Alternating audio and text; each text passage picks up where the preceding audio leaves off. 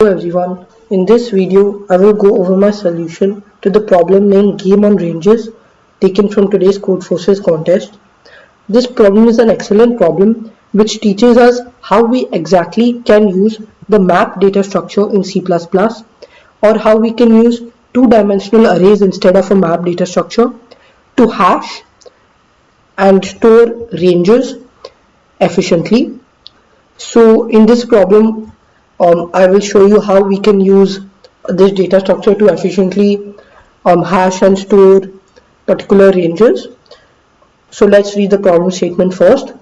So in this problem, we are given a set of disjoint ranges of integers, initially containing one range 1 to n, and in each turn, Alice will pick a range L to R from the set S, and she will ask Bob to pick a number in the range.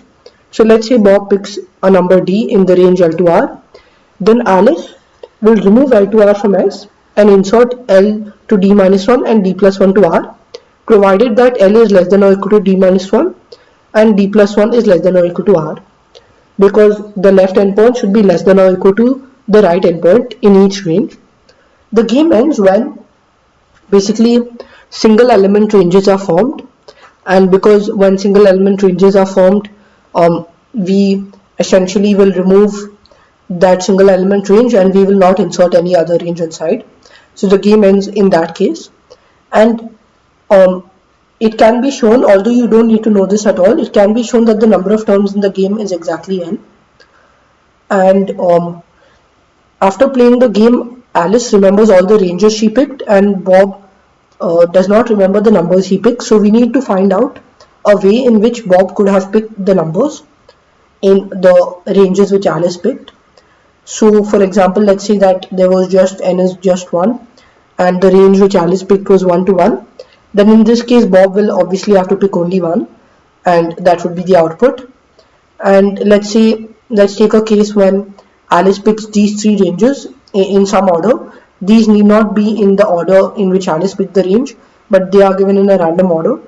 And in this case, we can see that if we choose the element 1 in the range 1 to 3, so we always start from 1 to 3, 1 to n, and if we choose the number 1, which is the beginning, then we will get that the only new range. So if you had the range 1 to 3 and if you chose the element 1, then what would happen would be 1 to 0 would be added and the element 2 to 3 would be added. However, 1 to 0 is not valid, so we would remove that and we would just get 2 to 3.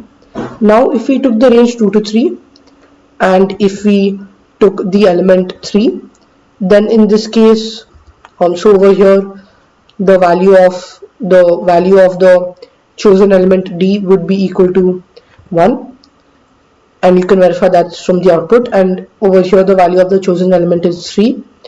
So in this case the range would be 2 to 2 because that's D minus 1, and it would be 4 to 3, but that is not possible. That's why it would just be 2 to 2, and in this case there's only one way to go from 2 to 2 to anything, which is to choose these two.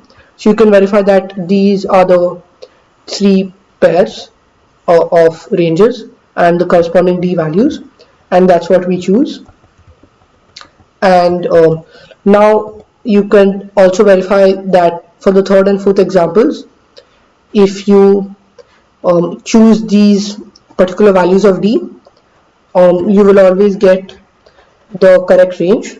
So the first observation in this problem is that if the element in the range is just a single element, so if it is 1 to 1 or 4 to 4, then we know that the only particular value of D is equal to that element in the range, that single element in the range. So if the range was L to L, this means that the value of D should be equal to L, and we will essentially stop over here. That is the first observation.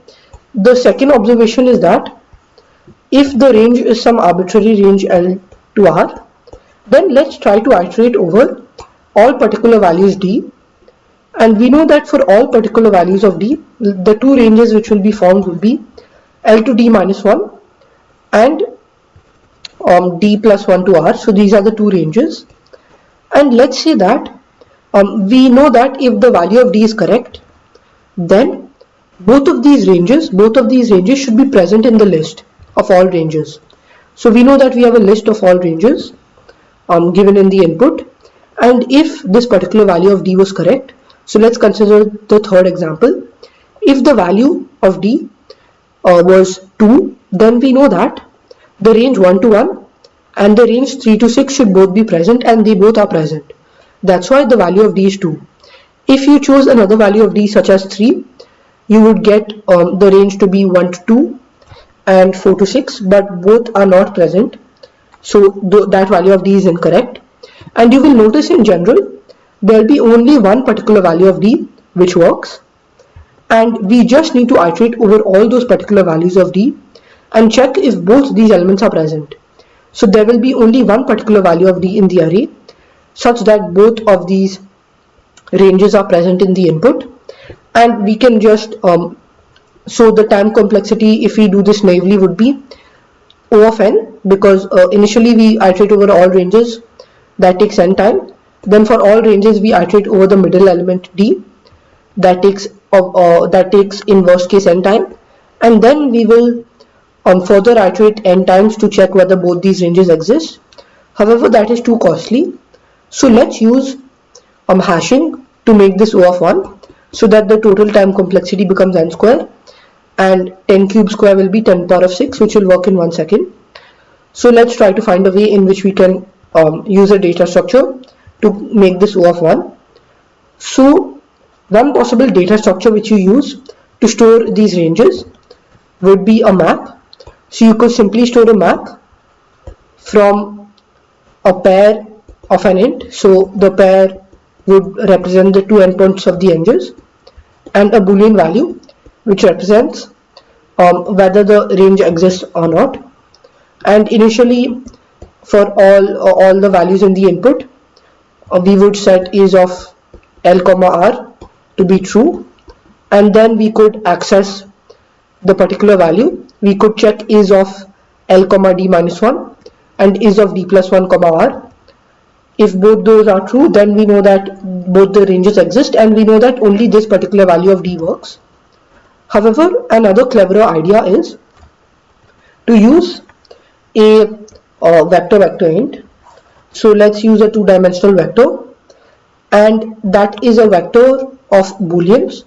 So it will essentially be a two-dimensional boolean array of size n plus 1 cross n plus 1, and that will represent whether or not the ranges exist.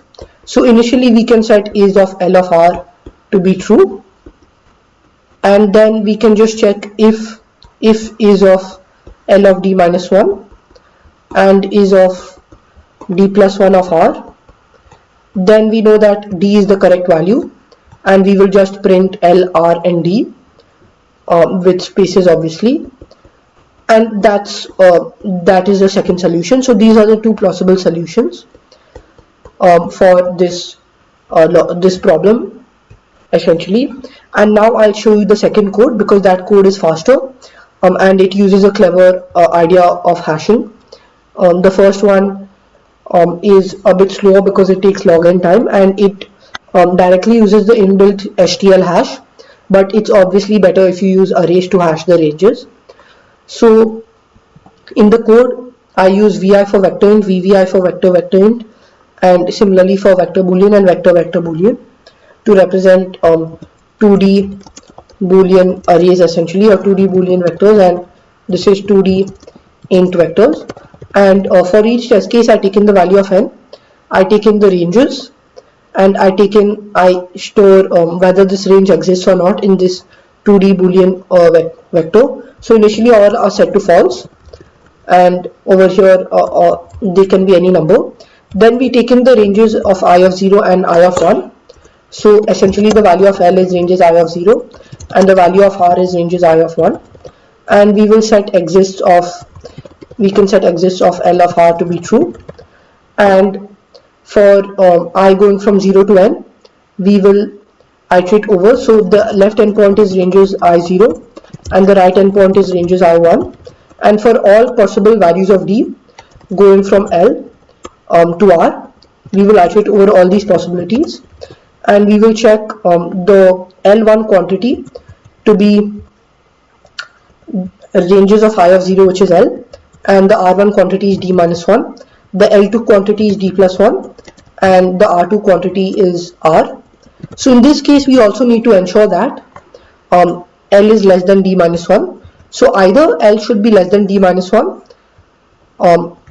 If L is less than D minus 1, then is LD minus 1 should be there. Otherwise, it's fine. And similarly for the second range. So the if condition would be, if L1 is greater than R1, then we know that it's fine. The first range is omitted. So if L1 is greater than R1, or we know that L1 is less than or equal to R1, so we need to check whether the range exists. That's the first range. And similarly for the second range, if L2 is greater than R2 or the second range exists, then we know that the second range would exist.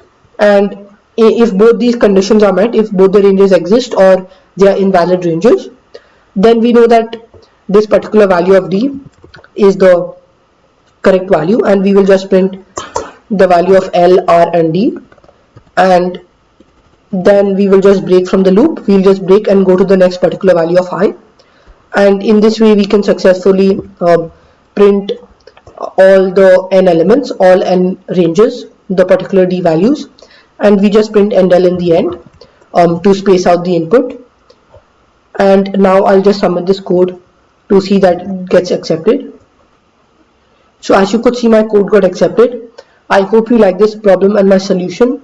If you had any doubts, do leave them in the comments down below. And if you like this video, don't forget to give it a thumbs up. Thank you.